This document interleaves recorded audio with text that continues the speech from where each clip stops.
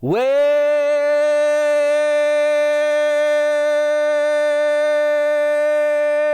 to the Tavin Dillard podcast, y'all guys. I'm Tavin Dillard, mowing, edging, grass cutting legend. This is season 5's episode 6 of the Tavin Dillard podcast. We done had 5 episodes for this one, and this one here is a very special one. How come, Tavin? Because it's the Christmas episodes. There's a lot to talk about today. But firstly, you had any bacon yet? Tavin's bag of bacon is in the show notes. That stuff been moving. And today, when this podcast comes out, it's December the 20th. There's a chance if you ordered it today, it'll get to you by Christmas. But who cares, right? You're going to be eating bacon after Christmas anyhow. You can check the show notes for that. I got, some merchandise from the old Tavin's Lawn Care Services, mowing, edge, and grass cutting legend. Donut Goals got a new shirt out that I just signed. That's been moving. You can check all that out. And then you can also look at the Tavin's Honey from Bees. That's in the show notes. 2023 cloth calendar. Do tell. That's in the show notes. You can check that out. I've been doing personal greetings. You know what? You order a personal greeting for somebody for Christmas the next day or two. You're like, I don't know what to get them. If they ain't got a personal greeting before from me, that may be something they ain't expecting. You can do that. I've been turning them out this last week. Folks been ordering them for the Christmas and birthdays. Turns out folks got birthdays in December too, not just Christmas time. So, there's that going on. You can check that in the show notes. And what else we got? A Bank mug. It's a mug. Put cider in it, hot chocolate, coffee. I don't know. Whatever but you know how mugs are. And Bank, and my face is on it. Wake you up in the morning. No, the mug won't unless you get hit with it. But I mean like coffee, Bank, they like it go together, is I guess the way you say it. All that is in the show notes. But here's the deal. What's going on in town, Tavin? Let me tell you right now. Christmas parade. You know about that? Live Nativity down at the church, but also the Live Nativity cast and crew, and there's a little choir, little 5-person kid choir they got this year. They doing some mobile stuff. I'll tell you about that in a little bit too. So Live Nativity to parade. Donut Goals is getting in the Christmas spirit. Cricket is pretty excited because the nursing home doing a float. She helping with that. I'm helping out with the parade. More on that later. But this today, very special Christmas episode. I know it is a busy time of year. Now, I don't know this week for you. If you more busy, you working late, you working early, or you on vacation, you got a break, you hanging out with people that you know you love, but today you don't like them. Maybe you on a road trip with them. Maybe their elbows is too close to your elbows. Maybe they spilled some soda pop on your car upholstery. I do not know, but I know that it's a busy time. Maybe you just sitting at home taking a break from the hustle and bustle, relaxing with your feet up, and I want to say to all y'all, welcome to the Tavin Dillard podcast, a very special Christmas episode. And I've got a very special guest helping me tell this episode today, my pal Brent Reaves. Brent, thanks for helping me out with telling this today. Let's go ahead and get it started. Welcome, everybody.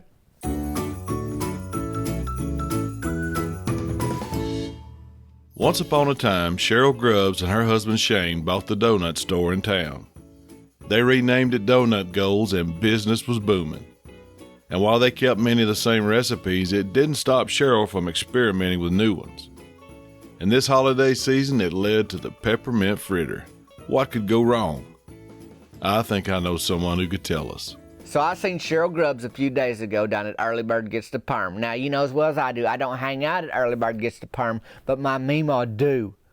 And I take her down there in her 91 Buick Regal, and she let me drive, if I'm running errands with her kind of thing. Well, here's the deal. She need to get her Christmas due, down there. Now, truth be told, that due don't look like any different from the other ones she get all the other months of the year, but it's Christmas time, so I guess she call it her Christmas due. Fine. I take Meemaw down there. Cheryl Grubbs down there. Cheryl and Shane Grubbs, they own Donut Goals, which is a donut store in town. And Cheryl will get down there. She gets her hair did at Herberg's. It's perm too. And she bring donuts for them gals, and they love that, and they talk and everything. Well, I get in there, and, I'm dropping off Meemaw, and I see Cheryl, and Cheryl say, Tavin, I got a prototype for you to try out. Now, prototype basically saying, I'm messing with the food down there, and I don't really care for that. I don't care for people messing with recipes. When her and Shane bought the donut store, they changed the name to Donut Goals. I was fine with that. They let me design the logo for the thing that they got on the wall at the store and on their shirts now. I'm fine with that, but here's the deal. I don't like, it's just like Mary Beth Tucker at the concession stands down at the softball field. You ain't got to mess with a good thing. Hot dog, Skittles, Sody Pop. Don't get fancy, Mary Beth. Don't bring a nacho bar. Don't bring a cupcake ice and decorating station. Don't bring like some sort of pulled pork chicken bowl. I don't know. Don't bring them hot butter dinner rolls that's softer than a baby angel's leg. They delicious.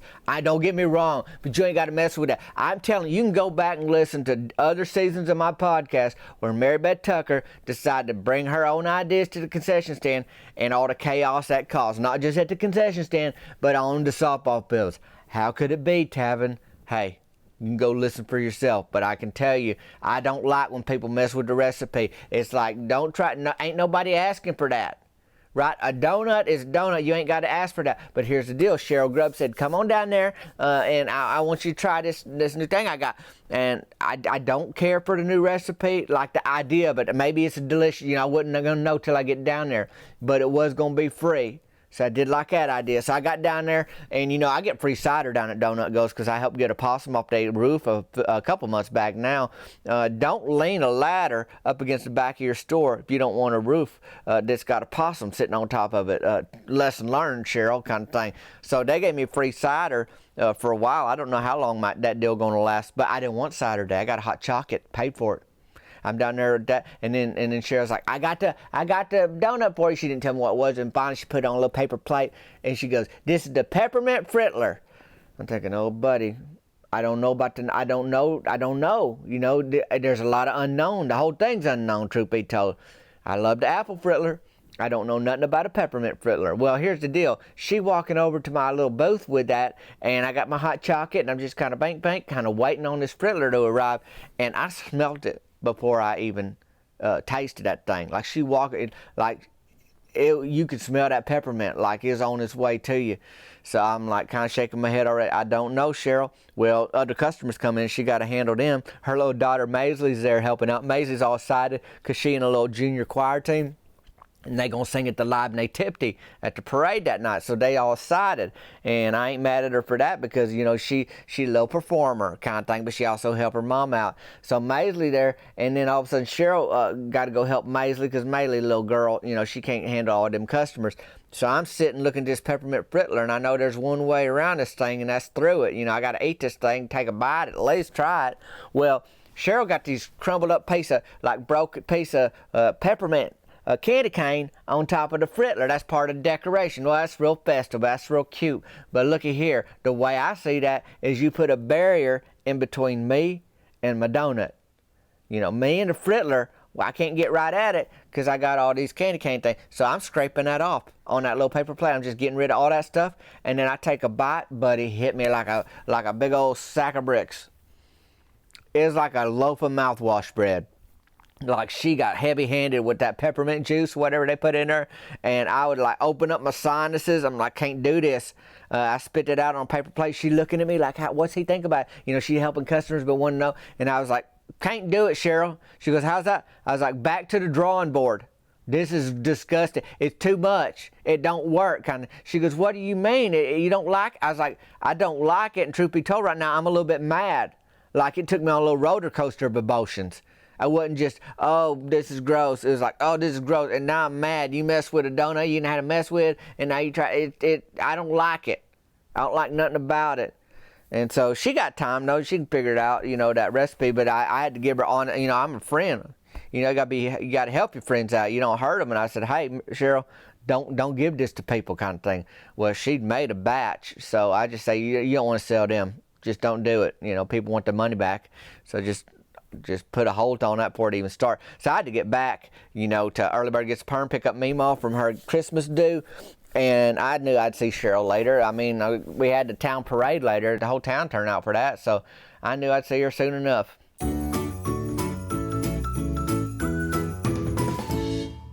Now you may be wondering, just how early does Tavin need to get Meemaw to the parade route?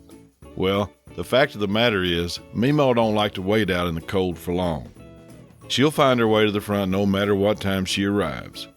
She's going back to her trailer first to put on her Christmas moo-moo and relax, which means the Buick Regal stays parked and Tavin will have to use his bike or the ATV to get around the rest of the day. But first, Tavin had a surprise of his own. back at his trailer. Well, I get back to Chancellor Park to my trailer, and I'm in there thinking, I was worried about that peppermint taste. It's so strong on my tongue. You burn your tongue, and then you can't feel it for a few days, like on soup or hot chocolate or that kind of thing. I was like, I wonder if my mouth's going to be, everything going to taste like peppermint for like days or weeks or months. I don't know. I don't know how bad it's going to be. I was like, oh my goodness. So I tried some Dr. Pepper.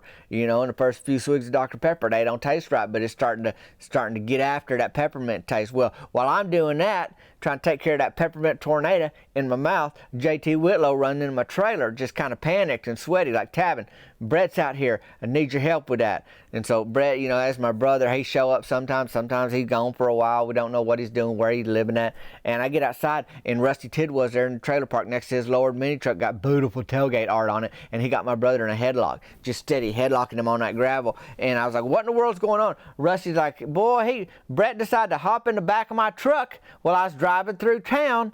And then while I'm driving, I decided I'm going to just drive him right here because I don't know where else to take him.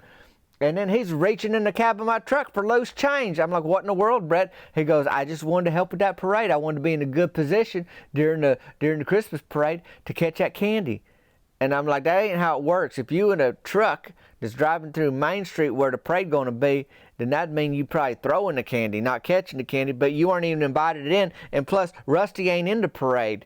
And then Rusty's like, and what in the world are you trying to grab loose change for out of the cab of my truck?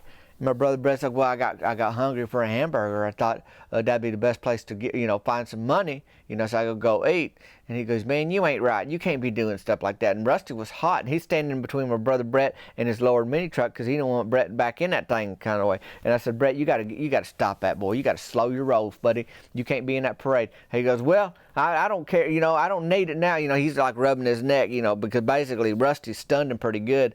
And so Rusty's like, I gotta go, but I just wanted to drop this off because he can't be in my truck. I was like, I get it. So Rusty go, and then my brother Brett's trying to, get to his feet and regroup kind of thing. And then I look over at JT Whitlow, and he's just sweaty.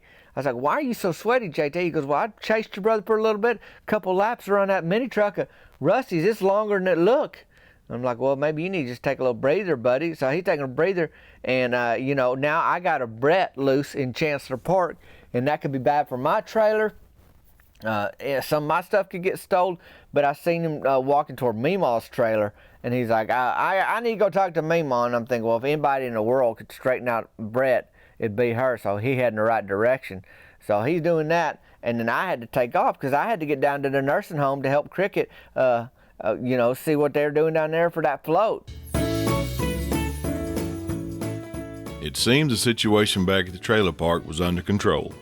So Tavin biked over to the nursing home to see if they needed any help on their Christmas float before the parade that evening. Now, what are the chances they need any help? Likely. Very likely. I get down to the nursing home to help with that float, and who's there but Cheryl Grubbs? Cheryl Grubbs is there with a whole box of peppermint frittlers that she's giving away to the nursing home residents. And then Cheryl's there with her little daughter Maisley, because Maisley part of that live Nativity, and they were going to do a little performance because they knew them nursing home residents weren't going to get out to their parade that night.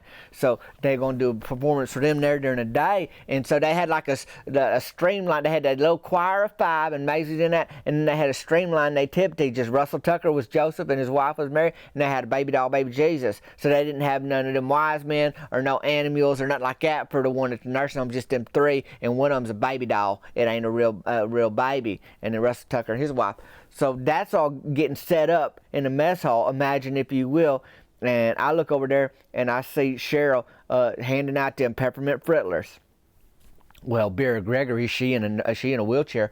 I see her spit a healthy portion of peppermint frittler into a napkin, just like out of way. And then Doreen Fundle, she get a hold of one, and she wearing a pair of cross trainer shoes, and she kicked that thing. She's dressed like Santa Claus. I guess I forgot to mention that part. But last Christmas, she wanted to be called Santa Claus, and she dressed like him, and she wouldn't respond if you want. Well, she got a little sweatshirt that looked like Santa's jacket with the belt, but it's a sweatshirt kind of thing. And then she got on red sweatpants, and she got a Santa Claus hat, and then she got these cross trainer shoes, they brand new white cross trainer shoes, and she kicked that peppermint frittler pretty hard across the mess hall floor. Like, if that don't say get this out of here. I don't know what does. And Cheryl, was reading the room a little bit. She goes, well, the people have spoken. And I'm thinking, I was trying to tell you that earlier, Cheryl. That ain't a good fritter. That peppermint fritter, the way you got that recipe, whatever going on there, it ain't going to work.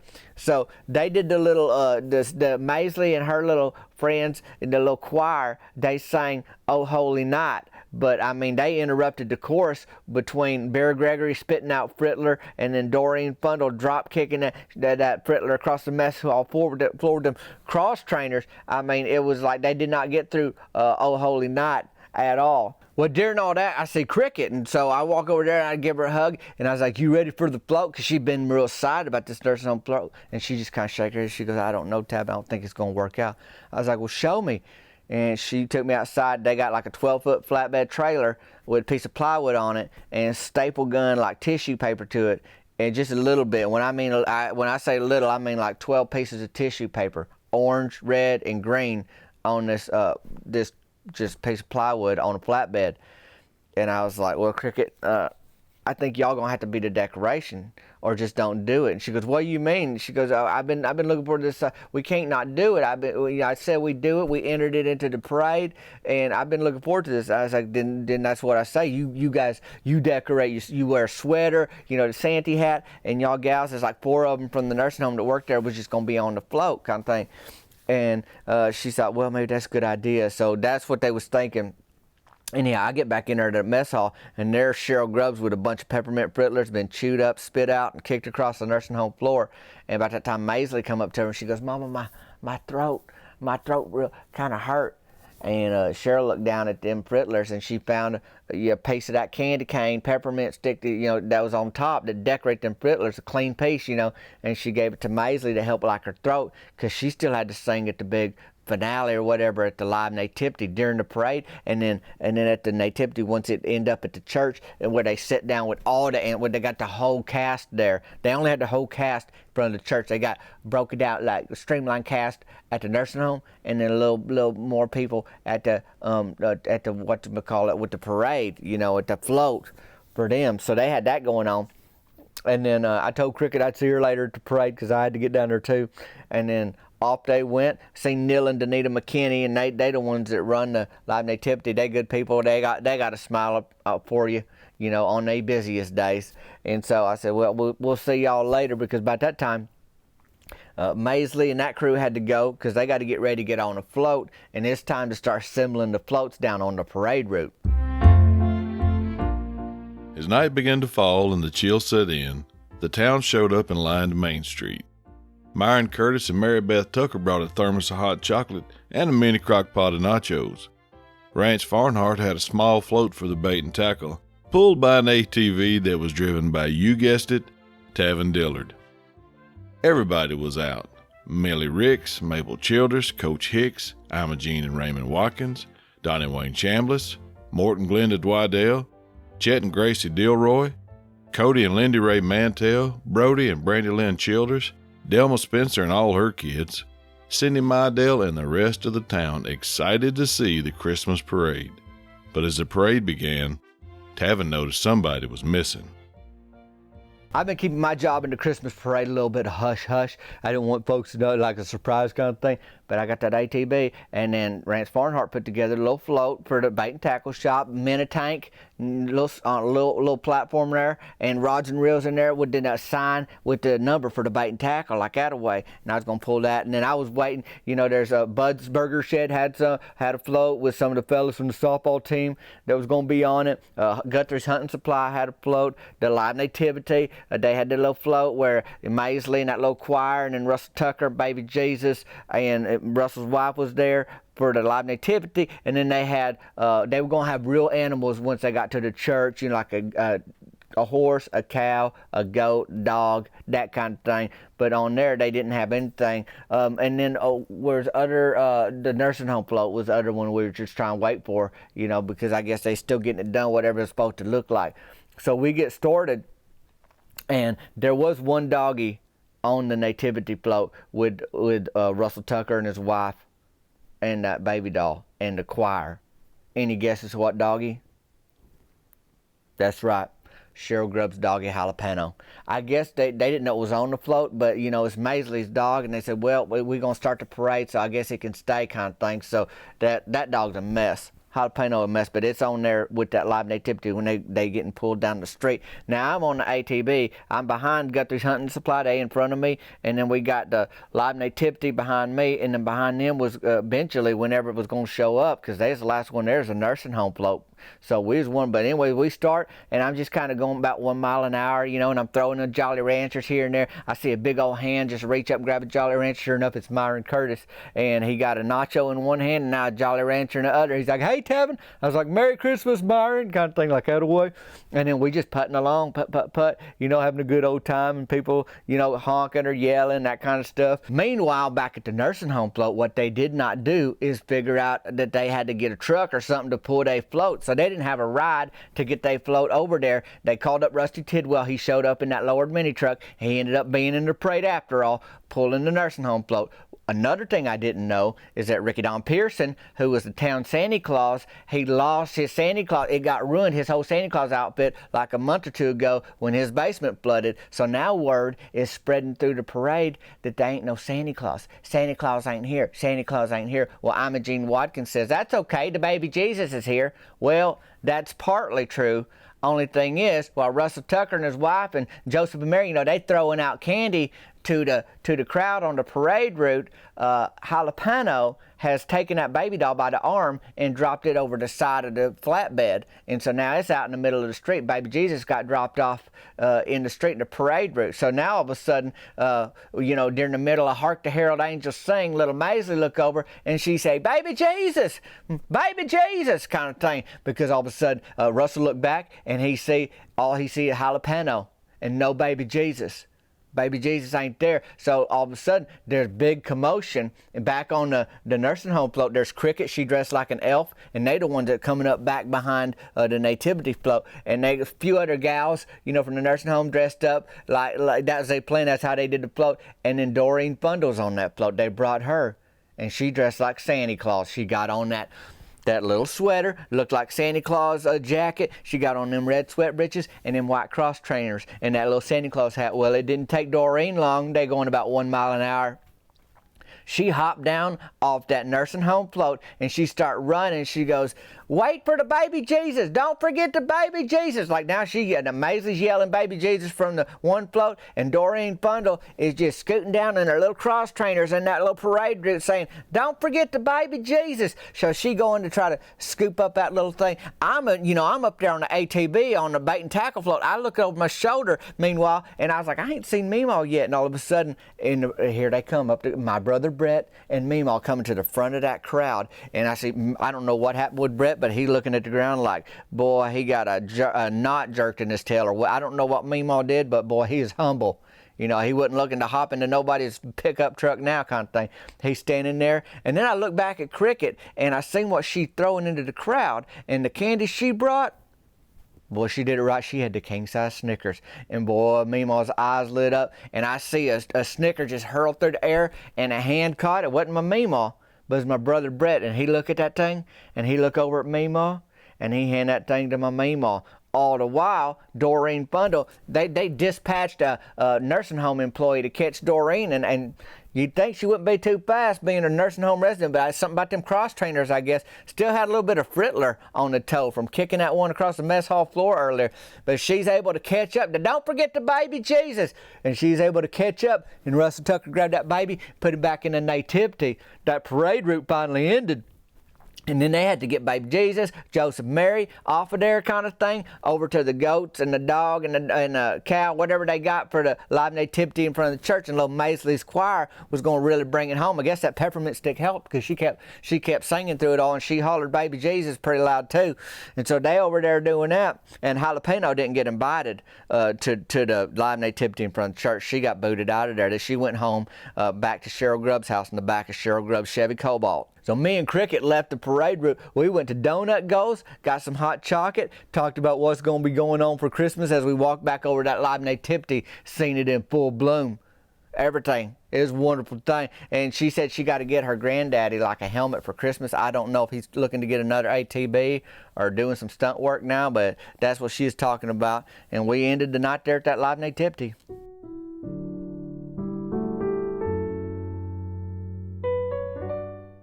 All is quiet in town now.